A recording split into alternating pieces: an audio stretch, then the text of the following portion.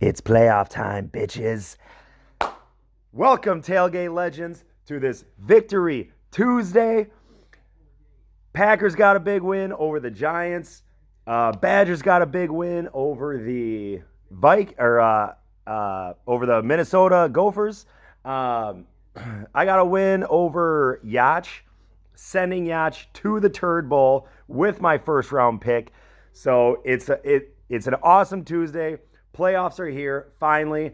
I know I got a bye week, but I love playoff time. We have a couple really good matchups. I'm gonna wait to see who I play next week. Weiler's waiting to see who he plays next week. Same with the Turd Bowl. So yeah, I got a great video for you today. We're gonna go. I'm gonna run through the matchups, but I'm really only gonna talk about a couple that the couple that mattered. And then I'm gonna go through this week's matchups, and in the middle, I'm gonna do my top 5 biggest playoff upsets in the NFL, not in our league, in the NFL. Top 5 biggest playoff upsets in my lifetime. So I'm not going back to like fucking 1968 or any shit like that. Okay, so we're going to start it off right away.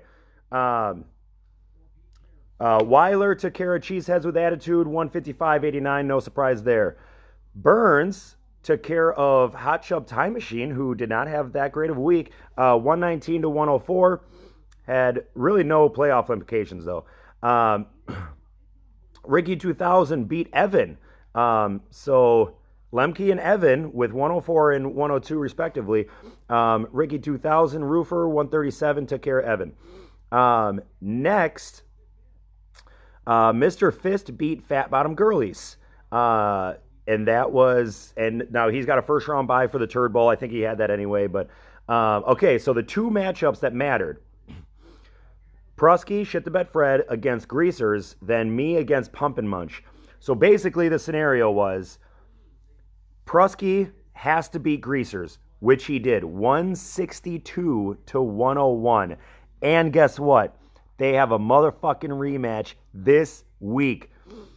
Prusky destroyed the Mikes this week. Destroyed them. So in order for the Greasers to be out of the playoffs and for Yacht to get into the playoffs, Greasers had to lose, Yacht had to win. In my video last week, I was a little intoxicated, slightly, so everything was really confusing. Prusky took care of his business, beat Greasers handily, and then I ended up beating Pump and Munch 123 to 102. Kind of going into that Monday night game, you didn't really know what could happen with Adam Thielen out. Stephon Diggs, he had Stephon Diggs and DK Metcalf. I had Russell Wilson against the Vikings defense, though, so you never know what could happen there. And he started the game with a fucking pick six. I'm like, oh great, here we go. I didn't have a ton of skin in the game. The only thing that I wanted to do was send my first round pick, which is owned by Yacht right now, to the Turd Bowl to at least give myself a shot at a better pick. So that's the only thing that I really cared about. But I ended up beating Pump and Munch, gifting the Greasers into the playoffs. So, in the other division, the Lannister division, you ended up with Evan, Lemke, and Weiler. Our division, me, Prusky, and Greasers. By the way, great job, Prusky. You started the season 1-5. You ended up going 5-1 to end the season and get the 2 seed in the playoffs. Fucking yeah. I've said it a few times this year. You're kind of that team I don't really want to see in the playoffs. You have a good team, so we'll see. Okay, so I'm going to get into my top 5 biggest NFL playoff upsets in my lifetime. So I'm going back to about 1992-ish. I was 8 years old. 7, 8 years old is when I really started getting into football. So here we go. And this is in order. So, okay. So number 5, I am going with the Falcons Atlanta Falcons over the Green Bay Packers in 2002. That was the Michael Vick game. It was the first game, I believe, that the Green Bay Packers lost in Lambeau in the playoffs. I was 18 years old at the time. God damn, time flies. 18 years old at the time. I remember watching that game. I'm like, oh my God, this is fucking insane. All I really remember is Kabir Baja-Biamila. If you guys remember him, I remember him chasing Michael Vick around all fucking game. Can't catch him. We just cannot stop these fucking guys. Can't stop Michael Vick. It was awful. Yeah, some of those images I will just never get it out of my brain. But okay, so number 5, I have Falcons Packers from 2002. Number four, the Denver Broncos over the Green Bay Packers in 1997 in the fucking Super Bowl. It was the first time, admittedly, I was 13 years old. I was an emotional kid going through puberty. It was the first time I ever cried from a sports event that I had nothing to do with. The only other time I cried was I was in 6th grade. We went to the Little League World Series. We're around the same time, actually. We went to the Little League World Series just for our district, and we lost, and yeah, it was emotional. So, but yeah, Broncos over Packers, 97. It was the first sports heartbreak. It was probably the biggest. Yeah, probably the first sports heartbreak I had ever had was Broncos over Packers. We had won the year before, and being little, you just don't understand the parity. So I just assumed the Packers were going to win again, and the Packers were just going to win forever. Like, that's just what you assume when you're a kid and you just don't know any better. Broncos took care of that right away, broke my heart. Fucking got any of those feelings of us fucking continuing to win forever right out the window. So, yeah, Broncos over Packers, number 4. Number 3, I have the Seahawks over the Saints, 2010. I'm putting this number 3 because I don't know if you guys remember this was the beast mode run. The beast mode run was, oh my God, I'm in the bar. I don't know if I've ever been in an atmosphere that was just going crazy, or like, it was crazy. And the Packers weren't even playing. It was fucking Seahawks Saints. Everybody is screaming. It was fucking insane. The Seahawks that year, I'm pretty sure, were like 7-9. The Saints were the number 3 seed, or maybe they were number 1. I can't remember if it was the first or second round, but the Saints were really, really, really good that year. Seahawks were 7-9, I think. Beast mode, coming in the clutch, breaking like 17 tackles for the win. One of the most electric plays I've ever seen, if not the most electric play I've ever seen. So Seahawks over Saints, 2010, awesome. Okay, and then number two, I have the Patriots over the St. Louis Rams, 2001. I actually bet money that year on the Patriots. I think I bet $50 with my buddy. That was Tom Brady's first Super Bowl. The Rams, it was such a huge upset because the Rams are so good. The greatest show on turf. Torrey Holt was the first player I ever drafted in fantasy football. And I don't, you had Marshall Faulk, Torrey Holt, Isaac Bruce, Kurt Warner. I mean, the offensive line was good. The defense, you had Aeneas Williams. God, who else? I mean, you had players on that Rams team for days. For them to lose to the Patriots, completely outcoached. I mean, I'm sure everybody here watched the game. Rams were completely outcoached. One of the biggest upsets in Super Bowl history, one of the biggest upsets in playoff history. So Patriots over Rams, 2001, number 2. And number 1, my number 1 biggest NFL playoff upset is the New York Giants over the New England Patriots, 2007. None of us will ever forget this. We will be telling our grandchildren about this, I'm sure. Patriots go into that Super Bowl undefeated.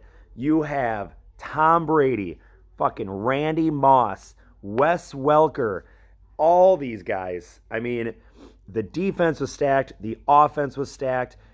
Such a crazy good team. Giants come in with mostly no-namers. I mean, you have Eli Manning, in my opinion, one of the most overrated quarterbacks of all time. And then you just had a really, really, really gritty, nasty defense. Not a lot of big names, except, I mean, you had Michael Strahan, Osi Umenyiora. Besides that, there were some good guys on that defense, but you didn't have a lot of big names. But man, they just got after you. They were fucking gritty, scared of nobody. So yeah. So number 1, New York Giants over the New England Patriots, 2007, as my biggest. They calling me. My biggest upset in NFL history. Okay, so now for the fun part. I'm going to do my predictions for this week. After this week, I'm not going to do predictions anymore. Well, maybe I will. We'll see. We'll see how I'm feeling. Okay, let's just go for it. Okay, so first game, we have Shit the Bed Fred against the Greasers. This is a rematch. So week 13, Prusky beats Greasers. Almost tried his hardest to send them out of the playoffs. If Yacht would have beat me, Yacht would be in, and Prusky would be playing Yacht right now. So we got a rematch here. Last week, it was 162 to 101. Just a fucking shit show. Destruction, a fucking massacre. I'm predicting the same thing here. Greasers, I just think your team is... It's got I don't know, it just doesn't have a very high ceiling. I don't know. You put up that monster week one time. I think you've only put up over 150 like twice maybe. And I know it's hard, but but still, I mean, you gotta put up some points here. And so you got 115, 105, 120, 131, 83, 196, it's that big one. Back to 101, 144, which is a good week. 147, good week. 127, 81, 145, and then 101. So, do I think you could win? Yeah, but I don't know. I feel like your team has kind of a low ceiling. So, we'll see. I'm taking Prusky in this one, and we'll see what happens. Next, we have... My shit would load. Well, whatever. I guess I don't need that. And then in our division, we have Gar on a bye. So then in the other division, for the championship bowl, we have Landon on a bye. And then we have Evan versus Lemke. In this one, I'm going to take... I think I'm going to take Evan. The only reason is I love Christian McCaffrey. It's really, really, really good. You have Dak Prescott, though. I think Lemke has Dak Prescott against the Bears. I'm really glad that I don't have to play somebody this week because I'd have Ezekiel Elliott and fucking Amari Cooper against the Bears. Not fun. Dak Prescott against the Bears. I don't know how high his ceiling can be. We'll see. But then you have Nick Chubb, who I'm pretty sure right now he's still the NFL's leading rusher. He's had such a good year, but like I said, I don't know, like a month ago, Kareem Hunt's coming back, or Kareem Hunt came back. Kareem Hunt has at least 10 fantasy points every single week. I don't know. I feel like he kind of continues to get more and more of the workload. Um, so I don't know how much you can trust Nick Chubb. He does have Devontae Adams back, but like Brandon Cooks sucks. Devontae Adams is good, but I don't know. I don't know how high your ceiling is right now. Again, absolutely anything could happen. But I am going to take Evan in this one. So I think next week we're going to see me against Prusky and then Weiler against Evan. In the Turd Bowl, we have Burns against Ricky 2000.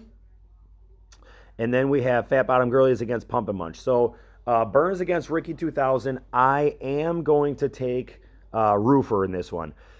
I think Roofer's team is pretty far superior to Burns' team. I would love to see Burns win this game. Get me a better pick, but you never know. And then in the other one, we have Fat Bottom Girlies against Pump and Munch. I think Fat Bottom Girlies, I'm pretty sure, is favored in this game. But I am going to take Yacht. I feel like Yacht's team has a pretty high ceiling. So does Boggs, though. Like, Boggs doesn't even have that bad of a team. Boggs is one of those teams, like, I wouldn't want to see his team either in the playoffs. I would rather see any other team, except in my division anyway, any other team other than Boggs or Prusky.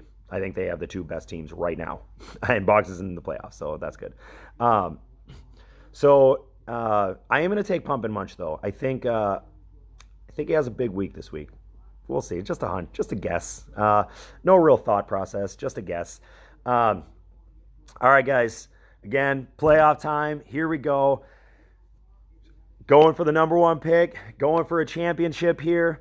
A lot on the line on both sides of the bracket. Good luck, everybody. I'll see you guys next week.